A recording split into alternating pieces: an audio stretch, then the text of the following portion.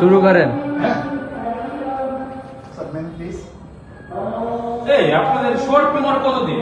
আমি তো ওই দিনে আসলাম, বললেন যে বিগ মেনু চলে আসে। বিগ মেনু কোথায় আপনাদের? এই মেনু আর কত খাবো? স্যার আমাদের বিগ মেনুটা কালকে থেকে চালু হবে, চাইলে আপনি আজকে দেখতে পারেন। তাই দেখি তো বিগ মেনু দেখি তো।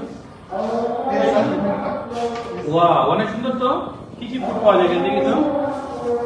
ওয়াও, অ্যাপিটাইজার, শাম্পার, সিগনেচার স্টার্টার্স, আবার স্যুপ, সালাদ। ও মাই গড, এত ফুড। জি স্যার। মেনু তো অনেক সুন্দর স্যার হয়েছে। আমাদের এখানে কাবাব আইটেম আছে স্যার। তাই না? জি স্যার। বিরিয়ানি আইটেম আছে? জি স্যার।